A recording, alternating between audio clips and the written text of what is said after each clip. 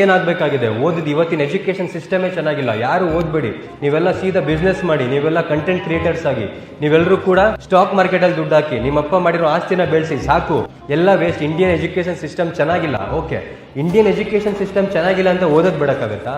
ಓದದೆ ಸಾಧನೆ ಮಾಡಿರುವಂತವ್ರು 100 ಜನ ಇರ್ಬೋದು, ಬಟ್ ಓದಿ ಸಾಧನೆ ಮಾಡಿರುವಂತಹ ಸಾವಿರಾರು ಜನ, ಲಕ್ಷಾಂತರ ಜನ ಇದ್ದಾರೆ.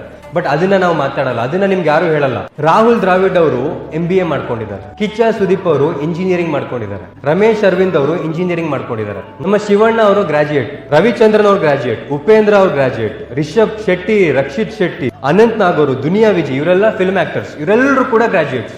ಕ್ರಿಕೆಟರ್ಸ್ ಹೇಳ್ತಾ ಹೋದ್ರೆ ನಾನು ಹೇಳ್ದಂಗೆ ರಾಹುಲ್ ದ್ರಾವಿಡ್ ಓದ್ಕೊಂಡಿದ್ದಾರೆ, ರೋಹಿತ್ ಶರ್ಮಾ ಓದ್ಕೊಂಡಿದ್ದಾರೆ ಗ್ರಾಜುಯೇಟ್, ಅನಿಲ್ ಕುಂಬ್ಳೆ ಓದ್ಕೊಂಡಿದ್ದಾರೆ, ಅಶ್ವಿನ್ ಅವ್ರು ಓದ್ಕೊಂಡಿದ್ದಾರೆ. ಸೊ ಎಷ್ಟೋ ಜನ ಓದ್ಕೊಂಡು ಪ್ಯಾರಲ್ ಆಗಿ ತಮ್ಮ ಒಂದು ಪ್ಯಾಷನ್ ಅನ್ನ ತಗೊಂಡು ಹೋಗ್ತಾರೆ.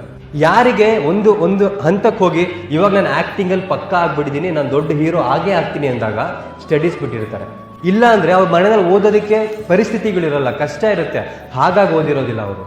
ಬಟ್ ಇವತ್ತಿನ ಮಕ್ಕಳಿಗೆ ಎಲ್ಲ ಇದ್ರೂ ಕೂಡ ಅವರೆಲ್ಲ ಹಾಗೆ ಸಾಧನೆ ಮಾಡಿದ್ದಾರೆ, ನಾನು ಯಾಕೆ ಓದಬೇಕು ಅನ್ನೋದು ತಪ್ಪಾಗುತ್ತೆ. ಓದದೆ ಉದ್ಧಾರ ಆಗಿರುವಂತವ್ರನ್ನ ನೋಡಿ ನಾವು ಮೋಟಿವೇಟ್ ಆಗಬಾರ್ದು. ಜೀವನದಲ್ಲಿ ಓದ್ಕೊಂಡು ಜೊತೆಗೆ ತಮ್ಮ ಸಾಧನೆ ಮಾಡ್ಕೊಂಡಿರೋರ್ನು ಕೂಡ ನಾವು ನೋಡ್ಬೇಕಾಗುತ್ತೆ. Download ShareChat.